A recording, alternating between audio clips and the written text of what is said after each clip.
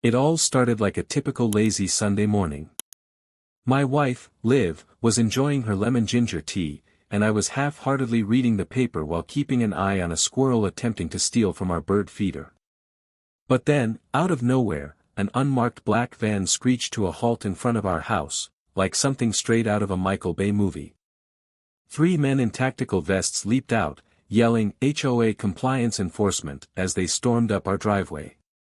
Before I could even ask what in the neighborhood hell was going on, they grabbed my wife off our porch swing and dragged her across the lawn, mug still in hand. But here's the part that really sent a chill down my spine: she didn't scream. She didn't fight. She just looked at me, dead calm, and winked. That's when it hit me: I had no idea who I was really married to. To give you some background, our neighborhood, Pine Grove Estates, is the type of place where people argue over mailbox colors and organize bake sales with military precision. The local HOA, run by a woman named Karen, yes, really, had long treated the entire neighborhood like her personal fiefdom. She once fined us $75 for porch clutter because our dog left a toy on the front step. Another time, she demanded that we tone down our laughter during a barbecue. I wish I were joking. We used to think it was just harmless power tripping, annoying, sure, but manageable. My wife, Liv, mostly ignored the HOA antics. She was a calm, grounded woman with a green thumb, a mysterious past, she called it boring office jobs, and an uncanny ability to fix any electronic device in under 2 minutes. She ran a yoga class for the neighbors and grew heirloom tomatoes like she was born in a greenhouse. Liv never got rattled. Not when the power went out, not when a raccoon tried to steal her flip-flop, and apparently not even when she was dragged into a van by rogue men pretending to be HOA cops. The second the van doors slammed shut, I went into full panic mode. I called the police and frantically described what had just happened. The dispatcher, calm as ever, took down the details, but when I mentioned HOA enforcement, her tone shifted. "Sir, we've had reports about impersonators operating in your area," she said carefully. "I need you to stay where you are." "What does that mean?" I demanded, my heart racing. "I mean, don't follow them, don't touch anything. Officers are on the way now." "Impersonators? What kind of HOA hires muscle to snatch people off porches?" And the eerie calmness in Liv's eyes when she winked at me, it didn't seem scared. It seemed planned. Like she wanted to be taken, but why? I rushed back inside and tried calling her. Straight to voicemail. I sent a text, no response. Then, a notification popped up on our smart home hub, one I had never seen before: Pine Protocol activated. I tapped it, and a hidden panel slid open behind the bookshelf in our study. I nearly threw my back out jumping away from it. Inside was a steel case with a biometric lock already open. There was a slim laptop, a black phone, and a folded envelope with my name in Liv's handwriting. My hands were shaking as I opened the letter. "If you're reading this, I've been taken. Don't panic. This is part of the plan." Part of the plan? What plan? I wasn't even part of any plan. The letter continued, "I know this will be a shock, but I work for the CIA, technically, I'm retired, but Pine Grove is part of an ongoing investigation. The HOA is involved in something much bigger than you can imagine. I'll explain everything soon, but for now, trust no one, especially Karen." I dropped the letter, my knees buckling beneath me.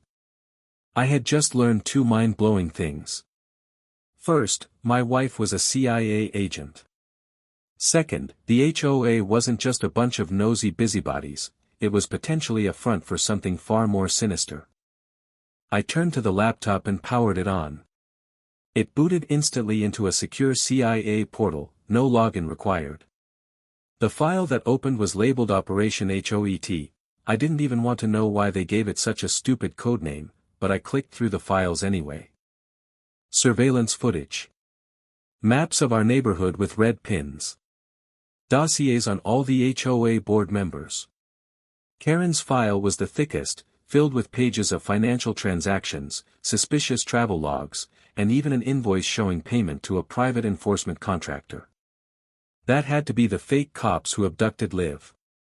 As I flipped through more files, I discovered that the so-called HOA compliance officers were actually part of a mercenary security group based out of Nevada. Their website looked legitimate if you ignored the fact that it didn't list any clients, reviews, or even a contact number. Then I found the second file on the desktop, Contingency Plan, Suburban Lockdown. The moment I clicked on it, a live satellite feed popped up, centered on our neighborhood. I could see the black van turning onto a wooded access road behind the clubhouse, the one the HOA had recently closed off for renovations. I grabbed the black phone and dialed the number Liv had written in her letter, "Call this number if anything goes wrong." It rang once before a voice picked up. "Mr. Granger?" she asked. "Yes, who is this?" I croaked, my mind racing. "This is Mallory. I'm with Liv's unit. She's safe for now. We've been tracking her. I'll send help." "Wait, what the hell is going on? Why is the HOA kidnapping people?" I demanded. "They're not just an HOA," Mallory said darkly. "Karen isn't who she says she is. She's under deep surveillance for laundering money through suburban developments and might be connected to a foreign influence ring. Your wife volunteered to go undercover here. This whole community is a front." My mind was reeling. "What do I do?" I asked, my voice shaking. "Stay put. Backup is on the way. And whatever you do, don't let anyone from the HOA near your house." The line went dead. I turned around slowly, and there she was, Karen, standing on my front lawn, hands clasped politely, a shark-like smile on her face. Behind her were the two fake officers, dressed in knockoff tactical gear. "Mr. Granger," she called sweetly. "We need to talk about your wife's recent violations." I knew she wasn't here to talk. Not even close. This wasn't about porch clutter anymore. This was war. I didn't move. I didn't even breathe. Karen stood in my yard like she owned the place, wearing her signature lavender blouse, clutching an HOA binder like it was the Constitution. Behind her, the two so-called officers, who had just abducted my wife, adjusted their tactical gear, trying to look intimidating. I noticed one of them had a Nerf dart stuck to his boot. I forced a smile and waved from the window like the confused husband who had no idea his wife had been kidnapped and was now being held in some secret suburban compound. Karen gave me a tight nod before turning around and walking away. The fake officers trailed behind her, like bad cosplay versions of soldiers. As soon as they were out of sight, I locked every door in the house, closed the blinds, and my brain began to run on overdrive. I paced back and forth, rereading Liv's letter. CIA. Karen tied to international crime. My wife, my sweet, yoga-loving wife, in the middle of all of it. It wasn't just that she was involved, it was that she was running the operation, undercover, like she was Jason Bourne with better manners. Back at the hidden terminal, I scrolled through the files again.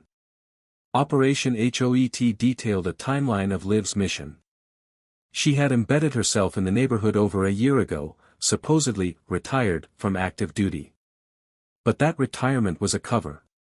Karen, whose real name was Karina Vav, had infiltrated various HOAs across the country, rising to power in each one.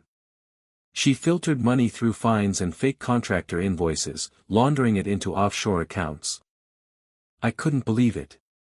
Our HOA dues were funding international crime, and I'd been complaining about the pool not having enough umbrellas.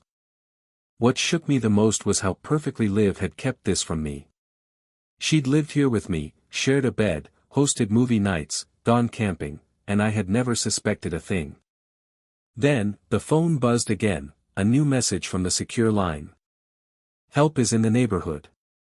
Don't engage unless forced. Look for signs, they're watching too." I stepped onto the back porch and scanned the yard. Everything looked normal, birds fluttering, our old hammock swaying in the breeze. But then I noticed something odd. Mrs. Jensen, our neighbor, was watering her plants in a pattern, watering the same bush, then moving to another, circling back. She wasn't gardening. She was signaling. I waved cautiously. She made a quick hand gesture and turned back inside. That night, under the cover of darkness and fueled by too much caffeine, I snuck over to Mrs. Jensen's house. She opened the door the moment I reached her steps, like she'd been waiting for me. "Get in," she whispered. "They're sweeping the neighborhood again in 10 minutes. I slipped inside her house, and it looked normal. If your idea of normal included floor-to-ceiling screens showing live feeds of the entire block, a desk cluttered with encrypted radios, and a file drawer labeled Operation Suburbia, Phase 2. I whispered. She smirked. "I'm part of Liv's unit. Code name, Shrubbery." I didn't laugh. Mostly because I was too stunned. She knew this might happen, that they'd try something bold before full authorization was given. When they grabbed Liv, they activated the failsafe. "You were step 1, she explained. "Why you?" "Because you're the only one she trusted to stay unpredictable. We needed chaos to cover the extraction." I didn't feel like a wild card. I felt like a guy who just learned that all his neighbors were federal agents, and that his wife had been lying to him while making homemade granola.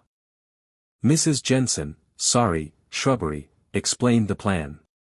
The van had taken Liv to the HOA clubhouse, which had a hidden basement under the guise of storm shelter renovations. Liv had planted a GPS beacon in her sandal before being taken. Her team was triangulating her location, but they needed someone inside to disable the clubhouse security grid, which Liv had secretly wired into our home system. I muttered to myself, she is into tech. Shrubbery grinned. "She just didn't tell you it was for counterintelligence work." I agreed to help. Mostly because I didn't want to sit around and wait for someone else to save my wife. While I sipped chamomile tea, trying to stay calm, my wife was out there, facing off against rogue HOA mercenaries on her own. Shrubbery, an agent in Liv's unit, handed me a flash drive with a virus designed to deactivate their security system, along with instructions. I was to plug it into the security uplink hidden inside the shed behind the HOA clubhouse. Simple enough, except the shed was where Karen's goons liked to hang out and smoke their off-brand cigars, and I was pretty sure they'd be watching. The next morning, I acted like nothing was wrong. I took out the trash, waved at Karen with the same casual smile I always wore. She glared at me, like a predator sizing up its prey, but didn't approach. The shed was in clear view from our backyard, so I waited until late afternoon when the guards wandered off, probably for an extended taco break. I seized the opportunity, sprinting across the alley and ducking behind the hedge. My heart hammered in my chest, but I focused, knowing this was my only chance. The shed door was locked, but Liv had taught me how to pick basic locks one evening over wine and old spy movies. At the time, I thought it was just for fun. Now, it felt more like training. Inside the shed, I found the uplink panel hidden under a fake lawnmower. I inserted the flash drive, and after a few tense seconds, the light turned green. I yanked it out and bolted back to the house. I didn't see anyone, or so I thought. That night, my phone buzzed with a message from Liv, a voice recording sent through the secure channel. "Nice work, babe. They're blind now. Extraction's coming soon. You did good, and I'm sorry I didn't tell you everything. I'll explain when I'm out. I promise." The message cut off abruptly with static, and I stared at my phone, trying to process it all. My wife was CIA, my neighbor was a covert agent, and the HOA was a front for an international criminal operation. I was part of it now, too. It felt surreal, but I wasn't scared anymore. If they thought they could stop Liv by dragging her off the porch, they had no idea who they were dealing with. And if they came for me, well, let's just say I'd planted a few surprises in the smart sprinklers. The next morning, the neighborhood looked the same as it always did, quiet, peaceful, and blissfully unaware of the covert CIA operation unfolding in their midst. Kids rode their scooters, someone's dog barked at a mailbox, and the scent of freshly cut grass wafted through the air. But now, I saw everything differently. Every garden gnome, every fake rock, and every "for sale" sign could be potential surveillance. The HOA clubhouse, with its pastel banners and fake spirit, now looked like a criminal fortress. That was the genius of it. Who would ever suspect that a community center with bingo nights and potlucks was actually a cover for an international money laundering operation? After the success of the previous night, disabling the security grid, I received another message from Shrubbery. The operation was greenlit, and Liv's extraction was set for that evening. I had a new role. I was to rendezvous with a few undercover agents, residents I thought were just eccentric neighbors or people too obsessed with lawn care. We would help coordinate from inside the clubhouse. The mission was clear: attend the fake monthly HOA budget meeting, where Karen would likely be reviewing fake invoices and money laundering logs. Our job was to stall her long enough for Liv's team to breach the basement through the tunnel system they had mapped out months ago. I wasn't sure which part was crazier, the idea of a secret tunnel beneath a yoga studio or the fact that my wife had planned it all. At dawn, I met the other agents in a garage that was disguised as a model train workshop. There was Bob, the grumpy old man who yelled at kids to get off his lawn.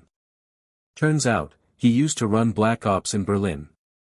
Then there was Priya, the overly enthusiastic dog walker who spoke 6 languages and could hotwire anything with a fuse. Finally, George, the mailman, had been intercepting suspicious HOA letters for over a year. The whole crew looked like the cast of a sitcom, but apparently, they were lethal when needed. I was the newbie, but they welcomed me with quiet nods and a muffin from George's thermos lunchbox. CIA muffins were surprisingly good. We reviewed the plan one last time. I would pose as a concerned homeowner attending the meeting to protest a made-up fine. Priya would be seated next to me, armed with a flash grenade disguised as a dog treat. Bob would be in the control booth monitoring internal comms, and George would stay on the exterior, keeping an eye on the van we suspected was their escape vehicle. Meanwhile, Liv's team would use the temporary blackout to breach the underground passage and reach the basement where she was being held. The entire operation had to be completed in under 12 minutes before the false power reset would kick in and restore surveillance. Walking into the clubhouse felt surreal. Karen greeted everyone at the door with a wide smile, her eyes scanning each person like a TSA agent in disguise. When she saw me, she smiled even wider, like a cat welcoming a mouse to brunch. She handed me a printed agenda that was so thick it might as well have been a phone book. "Glad you're taking your civic duties seriously, Mr. Granger," she purred. I gritted my teeth and nodded, forcing a smile. "Just want to make sure my lawn doesn't cause international incidents." She laughed, but her eyes narrowed. She knew something was off. The air inside felt tense, as if the walls themselves knew they were about to be raided. The meeting began like any other HOA event, boring, filled with acronyms no one understood, and completely unnecessary PowerPoint slides. Karen droned on about water usage, fence paint uniformity, and a new beautification fee. I raised my hand to ask why the clubhouse budget included a $14,000 line item for advanced noise management equipment. "That's for, community concert support," Karen lied, but her eyes betrayed her. "And in the basement?" I pressed. That was when I saw it, the flash of recognition in her eyes. She knew I knew something. But instead of panicking, she adjusted, and that was the scariest part. At that moment, Priya, accidentally, dropped her purse. As she bent down to pick it up, our eyes met. We were at the 8-minute mark. Liv's team had to be close. Suddenly, there was a loud buzzing noise, part of Bob's interference plan to temporarily shut down the clubhouse Wi-Fi. Karen stiffened. "This meeting is adjourned," she said abruptly, gathering her papers and heading for the side door. I stepped in front of her, trying to sound casual. Leaving so soon? You're obstructing HOA procedure, she snapped, her voice dangerously calm. And you're laundering money through fake lawn services, I shot back. Her face dropped. The mask was gone.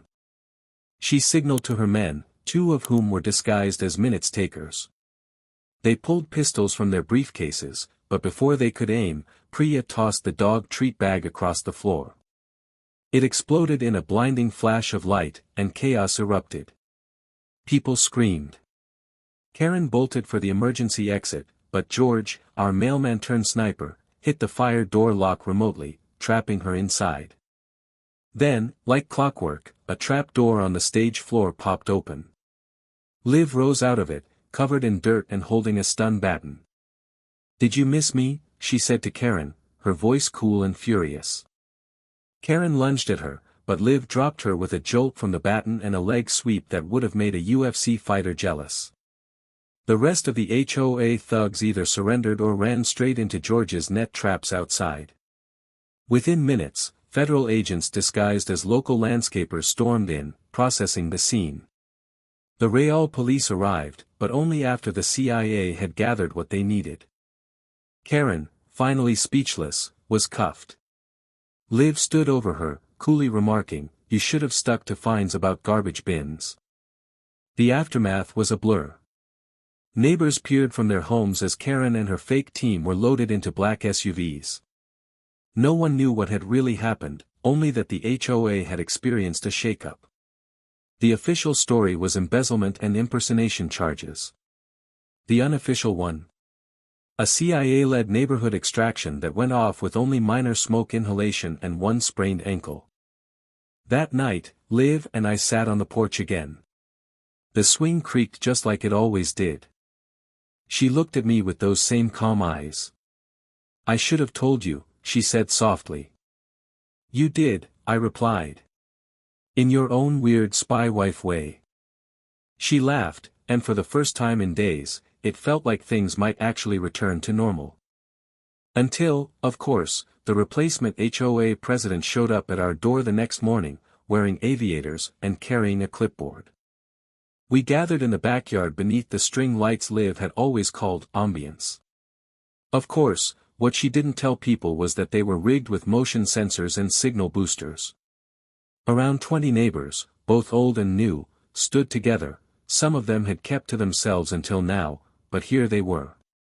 Liv stood on the porch, taking charge, offering the community the cleaned-up version of events. She told them about the corrupted HOA, the new guy who wasn't legitimate, and how, if they didn't act, things would get worse, much worse. To my surprise, no one panicked. Instead, they got angry. Mr. Davis, the grumpy old man who once filed a complaint about someone's birdhouse, stood up first. "I knew something was fishy the moment Karen declared war on wind chimes," he declared, nodding to the crowd as others chimed in with their own grievances. One woman added, "They tried to fine me for painting my front door aggressive optimism, a cheerful yellow." By the end of the night, we weren't just talking about protesting or a letter-writing campaign, we were planning a full-on neighborhood rebellion. The next day, we kicked off what Liv dubbed Phase 4, the home front uprising. It wasn't technically a military operation, but it felt like one. People started turning their homes into low-key fortresses. A neighbor with a landscaping business brought in hedges that doubled as visual shields, and another, an IT guy, rerouted the clubhouse Wi-Fi to loop fake videos of peaceful meetings, just in case anyone was still watching remotely. Shrubbery loaned out infrared sensors disguised as garden lights. Even the kids got in on the action, setting up lookouts and creating codes for communication using walkie-talkies.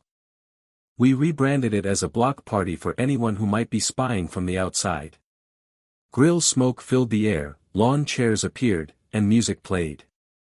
But beneath the surface, everything was strategic.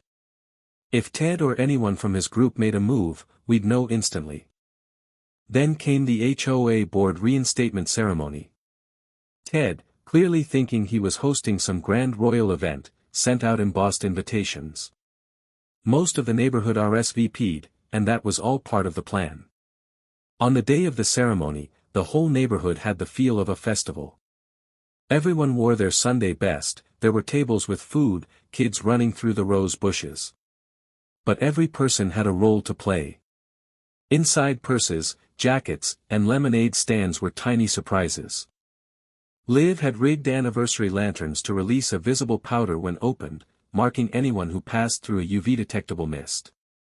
The clubhouse door handles had been lightly dusted with temporary ink that would glow under a specific wavelength, and best of all, the podium microphone was wired directly into the speakers we'd planted around the cul-de-sac. Ted, standing at the podium, smirked and began his ridiculous speech about order and integrity. But halfway through, he reached under the podium and tapped a button, the one he thought would signal someone remotely. Instead, it triggered the speakers, and Ted's own voice filled the air, captured on a hidden line, muttering, "Get ready to move on the targets if they don't comply."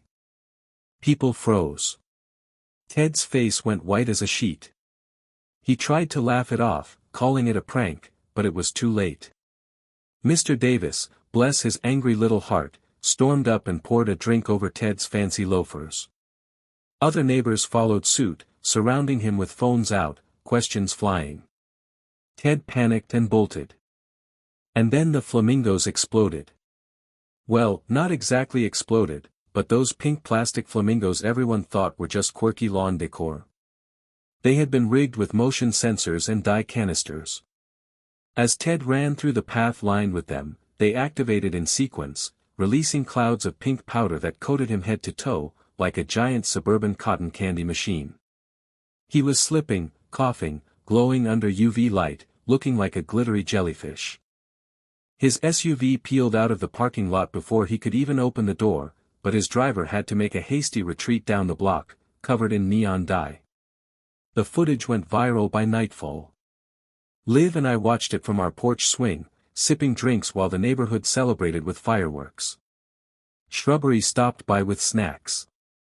George waved from across the street. Even Bob cracked a smile, which, according to Liv, was rarer than a lunar eclipse. The HOA had fallen again, but this time, the neighborhood didn't need federal agents to fix it. They did it themselves.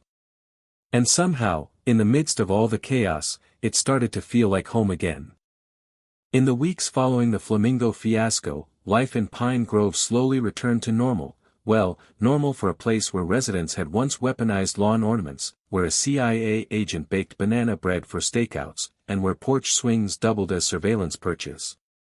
The pink powder eventually washed off the sidewalks, though a few faint spots on the clubhouse still glowed under UV light, serving as a quiet reminder of Ted's sprint through suburban justice. No one talked about it openly, but you could see it in the way people smiled at each other now, as if we'd been through something wild together and lived to tell the tale. Even the squirrels looked more confident, as if they knew the balance of power had shifted. Karen's trial started 2 towns over, far from Pine Grove. The charges stacked up: fraud, impersonation, illegal detainment, conspiracy, money laundering through shell landscaping companies, and operating an unlicensed HOA militia.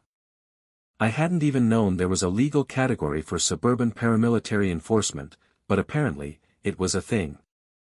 The courtroom was packed every day, with journalists, legal experts, and an alarming number of HOA presidents from around the state who came to witness the downfall of one of their own. Karen tried to play the victim at first, but when the CIA dropped video footage of her giving orders to her fake officers, her whole defense crumbled, like one of the dry sugar cookies she used to serve at meetings. Her sentencing is still pending, but the rumor is that she's looking at serious time in a white-collar facility, with no access to any committee or clipboard. As for Liv, she was promoted quietly, no fanfare, no medals, just a secure envelope slipped into our mailbox one evening. Inside was a new ID badge, a classified memo, and a note that simply read, "Excellent work. You're being reassigned, but not far." She didn't say much about it, but I noticed the agency had sent her a new laptop and a small, secure briefcase, which she tucked into the back of our linen closet like it was just another extra towel. She told me she'd technically returned to fieldwork oversight, but that this was her soft landing. We both knew better. Pine Grove wasn't a landing, it was a launch pad.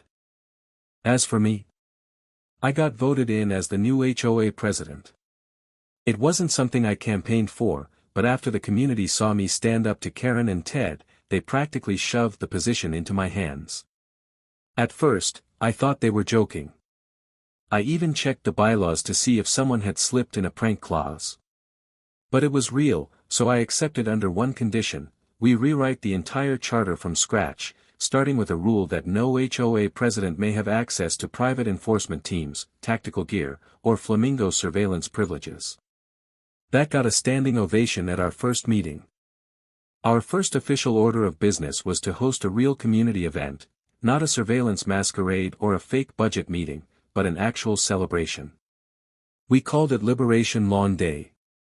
Everyone brought out their weirdest decorations: giant gnomes, inflatable dinosaurs, LED lights shaped like tacos. Someone even installed a disco ball in their tree. We had a barbecue, set up games, and let the kids vote on the best decorated house. No fines. No warnings. Just pure, unfiltered suburban freedom.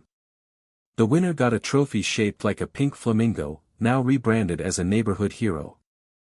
Liv watched it all with a strange mix of amusement and quiet pride. I caught her standing near the clubhouse, sipping her drink and smiling to herself, like she was watching the final scene of a movie she directed. She never claimed credit for any of it. She let the community think the takedown of Karen and her goons had been a lucky coincidence or an overdue reckoning. But a few people knew: Shrubbery, George, Bob, and me. We knew exactly who had orchestrated the entire downfall from her garden bed and porch swing. We even got a letter from someone high up, addressed to Liv but delivered in a plain white envelope with no return address.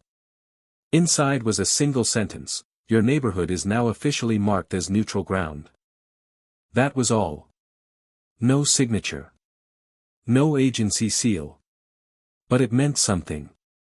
Pine Grove had become what no other place had managed: an actual safe haven. A clean slate. A community unbothered by shadowy organizations, rogue HOAs, or suburban warfare. Of course, it didn't last forever. One sunny Saturday, about a month after the celebration, a moving truck rolled into the cul-de-sac. It stopped in front of the house 2 doors down, the one that had been mysteriously vacant ever since Karen's deputy Ron disappeared mid-investigation. Out stepped a tall woman in mirrored aviators, black boots, and a trench coat, in the middle of summer. She surveyed the neighborhood like she was scanning for thermal signatures, then turned to one of the movers and gave instructions in a language I didn't recognize. Liv watched her from the kitchen window and sighed. "Great," she muttered. "That's Belarusian." I raised an eyebrow. "Just a coincidence."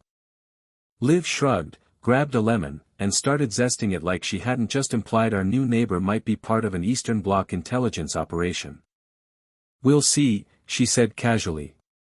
"Maybe she just likes cold weather fashion." I nodded slowly. "Should I dig out the flamingos?" She smirked. "No, not yet. But keep the porch swing camera on." And that was that. No panic. No alarms. Just a new chapter in whatever strange life we'd stumbled into. We weren't just a married couple anymore. We were a married couple with a porch that had survived a fake HOA coup, a rogue CIA op, 2 illegal arrests, and 1 attempted dye-based assassination. We were a team now, fully initiated into the unspoken world of covert neighborhood politics, with a flamingo trophy on our mantle and a file folder marked, "just in case." As we sat on the porch that evening, watching the sun dip low over a community finally at peace, with kids playing, grills sizzling, and lawn decorations blinking in offbeat unison, we knew that no matter who moved in next or what clipboard they carried, we'd be ready. Because you can mess with a lot of things in this world, but you don't mess with our porch.